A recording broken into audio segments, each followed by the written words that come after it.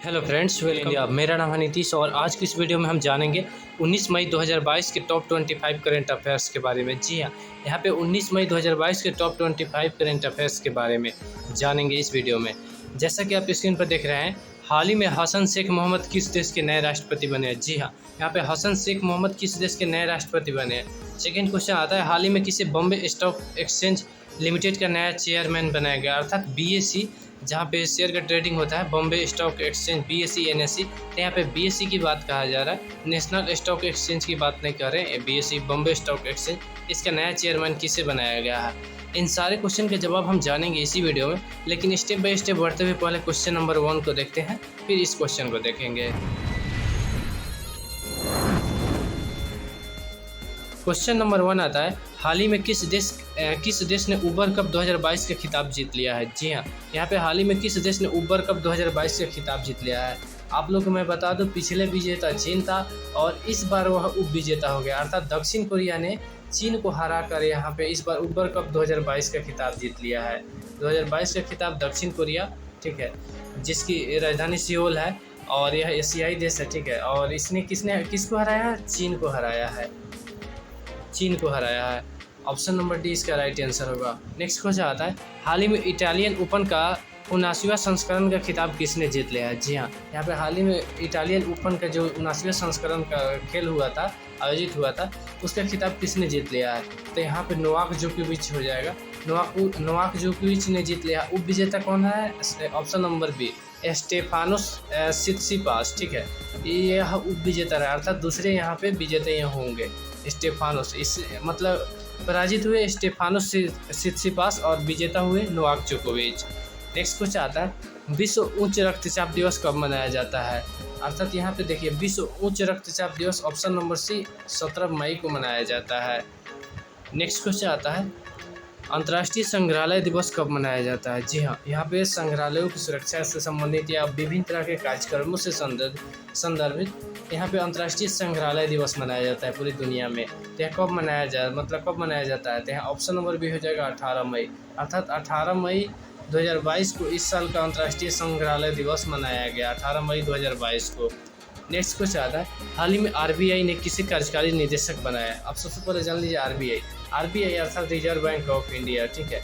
और RBI के वर्तमान में गवर्नर कौन है? शक्तिकांत दास। तो यहाँ पे आ रहा है क्वेश्चन, हाल ही में RBI ने किसे कार्यकारी निदेशक बनाया है, अर्थात उसका क्या होता है, बोर्ड मीटिंग होता है ना, बहुत सारे निर्णय लेने के लिए, तो उसमें यहाँ पे कार्यकारी निदेशक बहुत बड़े पद पर हो जाता है, उसमें द्वितीय तीसरे स्थान पर आ जाते हैं पद की मतलब क्रम देखा जाए तो। यहाँ पे किसे कार्यकारी निदेशक नियुक्त किया है। तो यहाँ पे ऑप्शन नंबर डी होगा, अर्थात ए और बी, अर्थात राजीव रंजन और सिद्धिकांठा पटनायक दोनों को यहाँ पे RBI ने कार्यकारी निदेशक बनाया है, अर्थात दोनों को यहाँ पे कार्यकारी निदेशक के बोर्ड में शामिल किया है। नेक्स्ट क्वेश्चन आता है, हाल ही में देश की 5वीं सबसे बड़ी कंपनी कौन बनकर उभरी है। जी हाँ, यहाँ पे हाल ही में देश की 5वीं सबसे बड़ी कंपनी कौन बनकर उभरी है। तो मैं बता दूं, अभी हाल ही में LIC का IPO आया था, ठीक है, और LIC के IPO आने पर पहले दिन ही 8 से 9% लगभग इसका मार्केट टूट गया, यानी इसका शेयर गिर गया, जिससे क्या हुआ, लगभग निवेशकों को लगभग 50,000 करोड़ का लॉस हुआ।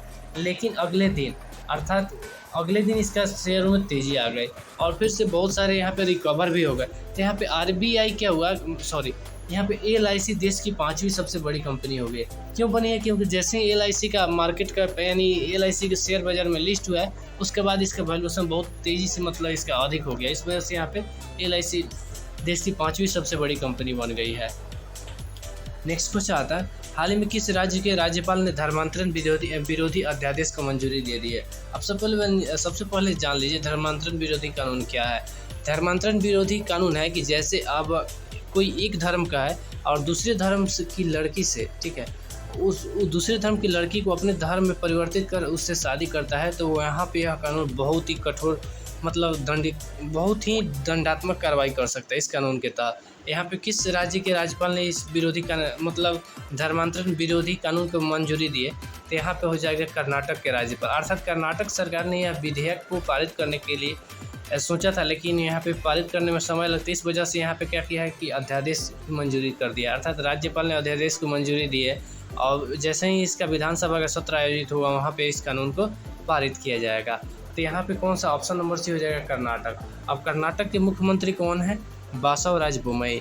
और कर्नाटक की राजधानी कहाँ है, बेंगलुरु। और किसने मंजूरी दी है, उस राज्यपाल का नाम क्या है, तो यहाँ पे हो जाएगा थावरचंद गहलोत।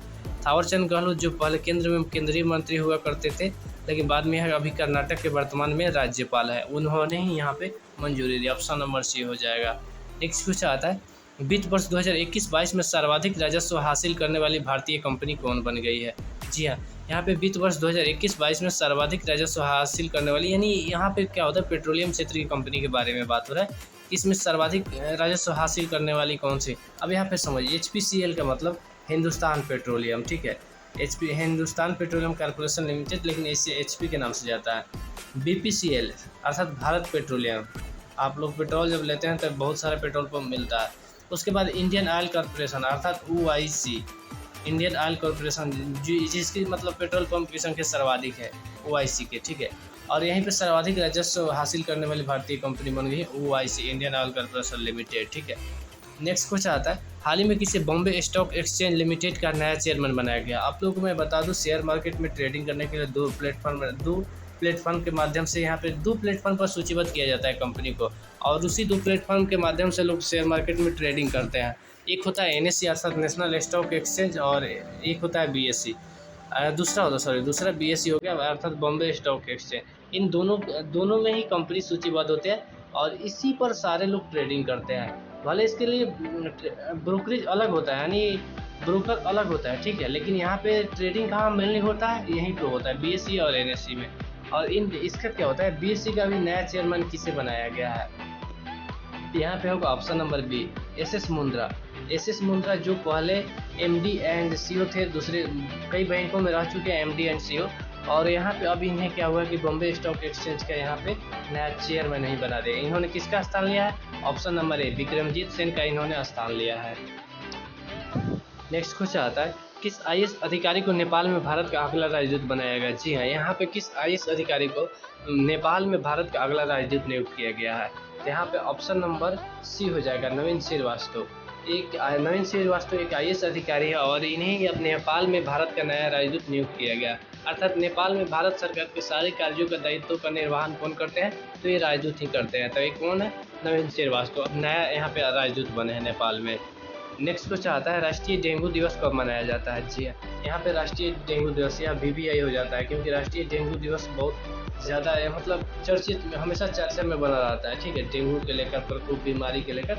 यहाँ पे ऑप्शन नंबर सी हो जाएगा, 16 मई को राष्ट्रीय डेंगू दिवस मनाया जाता है। नेक्स्ट क्वेश्चन आता है, हाल ही में किसने 2 स्वदेश निर्मित युद्धपोतों को भारतीय सेना में शामिल किया है। जी हाँ, यहाँ पे हाल ही में किसने 2 स्वदेश निर्मित युद्धपोतों को भारतीय सेना में शामिल किया है, यहाँ पे हो जाएगा option number D, Rajnath Singh. जी हाँ, यहाँ पे राजनाथ सिंह ने 2 स्वदेश निर्मित युद्धपोतों को भारतीय सेना में शामिल किया है। नेक्स्ट क्वेश्चन आता है, हाल ही में हसन शेख मोहम्मद किस देश के नए राष्ट्रपति बने हैं। जी यहाँ पे मोस्ट इम्पोर्टेंट होता है, मोस्ट BBI हो जाता है, क्योंकि यार देखिए मोस्ट इम्पोर्टेंट इसलिए क्योंकि देश के राष्ट्रपति है। और किस देश के नए राष्ट्रपति बने हैं, तो सोमालिया, एक अफ्रीकी देश है जहाँ पे जो बहुत ही आतंकवाद से प्रभावित देश भी है, ठीक है, और गरीबी से भी पिछड़ापन है, तो सोमालिया। यह हसन शेख मोहम्मद इससे पहले 2012 से 2017 तक ये राष्ट्रपति रह चुके हैं, ठीक है, और 17 से 22 तक हार गए थे, और उसके बाद में फिर यहाँ पे अब क्या हुआ, 2022 में जीत गए, और 2027 तक ये राष्ट्रपति रहेंगे। हसन शेख मोहम्मद अब फिर से सोमालिया के नए राष्ट्रपति हैं, option number C. Next question आता है, हाल ही में टेनिस टूर्नामेंट इटालियन ओपन 2022 में महिला एकल का खिताब किसने जीता। जी अभी मैंने पुरुष एकल का बताया था कुछ समय पहले, लेकिन इस बार इसमें क्या है, महिला एकल का खिताब। पुरुष एकल में नोवाक जोकोविच और महिला एकल में कौन है, ईगा स्वियातेक, ठीक है, ऑप्शन नंबर बी होगा, ईगा स्वियातेक ने इसका खिताब जीत लिया है। नेक्स्ट क्वेश्चन आता है, हाल ही में चर्चित चटगांव बंदरगाह किस देश में स्थित है। जी हाँ, यहाँ पे अभी चटगांव का नाम बहुत आप लोग सुने होंगे, अब बहुत चर्चा में आता है। चटगांव बंदरगाह किस देश में स्थित है और किस देश का एकमात्र बंदरगाह भी है, तो यहाँ ऑप्शन नंबर सी हो जाएगा, बांग्लादेश। जी हाँ, बांग्लादेश का एकमात्र यहाँ पे बंदरगाह, सबसे बड़ा बंदरगाह है चटगांव। और वहीं और जो पहले भारत में हुआ था, लेकिन जैसे ही भारत का बंटवारा हो गया, अर्थात भारत पाकिस्तान के जब बंटवारा हो गया, उसके बाद में चटगांव बंदरगाह यह बांग्लादेश में चला गया। तो ऑप्शन बांग्लादेश की राजधानी कहाँ है, ढाका है, ठीक है, और बांग्लादेश के प्रधानमंत्री कौन है, शेख हसीना। नेक्स्ट क्वेश्चन आता है, हाल ही में किस देश के वैज्ञानिकों ने पहली बार चांद की मिट्टी में पौधे को सफलतापूर्वक उगाया है? जी हाँ, यहाँ पे किस देश के वैज्ञानिकों ने चांद की मिट्टी में अर्थात यहाँ पे चंद्रमा की मिट्टी में पहली बार पौधे को उगाया है, अर्थात उसको सफलतापूर्वक उगा दिया है।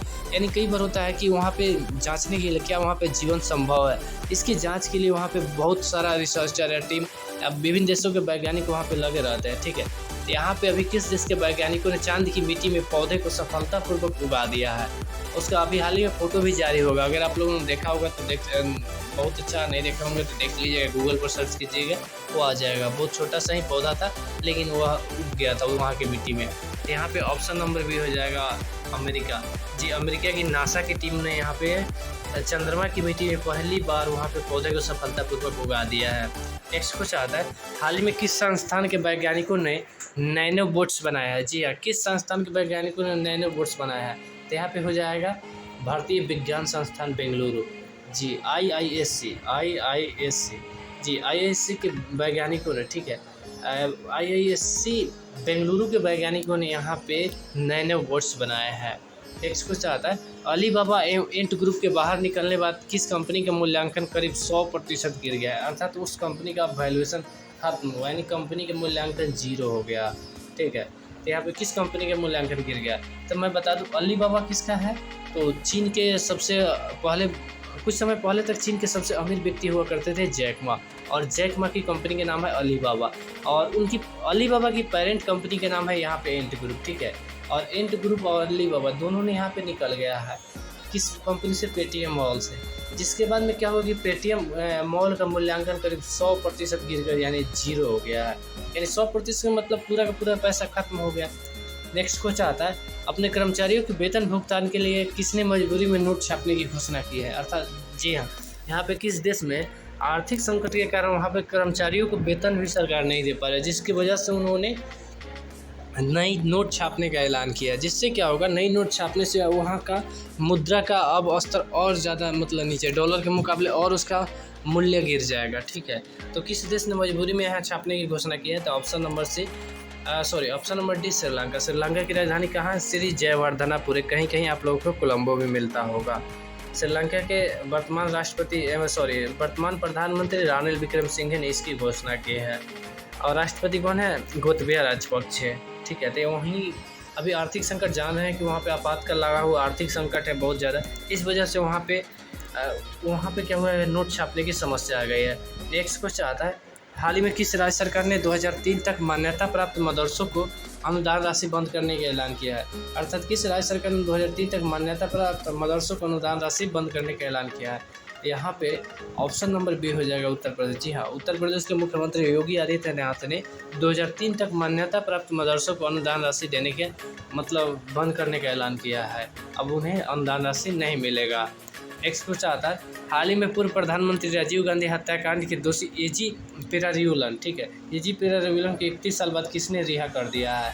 अच्छा देखिए, राजीव गांधी हत्याकांड जब हुआ था ना 1991 में, ठीक है, 21 मई 1991 को जब राजीव गांधी की हत्या हुई थी तमिलनाडु में, तो उसके एक प्रमुख दोषी थे एजी पेरारिवलन, जो 31 साल से जेल में बंद थे। इन्हें फांसी की सज़ा का ऐलान हुआ था, लेकिन फांसी इन्हें बार बार डेट बढ़ता गया, जिसके बाद हुआ कि फांसी इन्हें कब तक दिया जाएगा, नहीं दिया जा रहा था।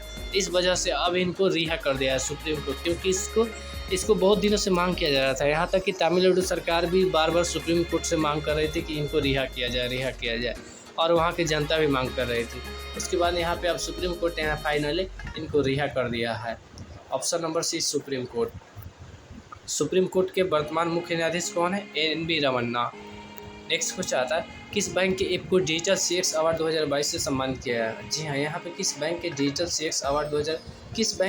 डिजिटल CX अवार्ड 2022 से सम्मानित किया गया है? तो यहाँ पे इंडसइंड बैंक होगा। आप लोग बहुत सारे लोग को इस्तेमाल भी करते होंगे इंडसइंड बैंक। इसी के ऐप को डिजिटल CX अवार्ड 2022 से सम्मानित किया गया है। नेक्स्ट क्वेश्चन आता है, हाल ही में भारत के G20 के मुख्य सचिव कौन बने हैं? अर्थात G20 में भारत के मुख्य सचिव किसे बनाया गया है? ठीक है, तो यहाँ पे हो जाएगा option number D, Harshvardhan Shringla. पहले राजदूत भी रही है, इन्हें ही अब G20 का मुख्य सचिव बनाया गया है। नेक्स्ट क्वेश्चन आता है, कुष्ठ रोगों के लिए अंतर्राष्ट्रीय गांधी पुरस्कार 2022-21 से किसे सम्मानित किया गया है? अर्थात कुष्ठ रोग के लिए अंतर्राष्ट्रीय गांधी पुरस्कार 2021 से किसे सम्मानित किया गया है? ये ऑप्शन नंबर ए होगा डॉक्टर भूषण कुमार। डॉक्टर भूषण कुमार को अंतर्राष्ट्रीय गांधी पुरस्कार 2021 से सम्मानित किया गया है। नेक्स्ट क्वेश्चन आता है, किस राज्य सरकार ने सरकारी स्कूलों में हॉबी हब स्थापित करने की घोषणा की है? अर्थात यहाँ पे क्या है, बच्चों को पढ़ाने के साथ साथ काम करने की हॉबी भी बताने के लिए, ठीक है, यानी प्रशिक्षण देने के लिए क्या उसका हॉबी है उसके अनुसार ढालने के लिए किस राज्य सरकार ने हॉबी हब स्थापित करने की घोषणा की है? ऑप्शन नंबर बी हो जाएगा दिल्ली। जी हाँ, दिल्ली के मुख्यमंत्री अरविंद केजरीवाल ने सरकारी स्कूलों में हॉबी हब स्थापित करने की घोषणा की है। इसके साथ ही मैं बता दूं, ये सारे क्वेश्चन का आंसर मैंने दे दिया। आप चाहते हैं इसका स्क्रीनशॉट कर सकते हैं या दिए गए टेलीग्राम लिंक से इसका PDF प्राप्त कर सकते हैं। आशा करते हैं आप सभी को वीडियो पसंद आया होगा और ऐसे वीडियो देखने के लिए प्लीज़ चैनल को सब्सक्राइब कीजिए, लाइक कीजिए और शेयर करना बिल्कुल ना भूलें। तब तक मिलते हैं फिर किसी ऐसे ही नए इंटरेस्टिंग और धमाकेदार वीडियो के साथ। जय हिंद, वंदे मातरम।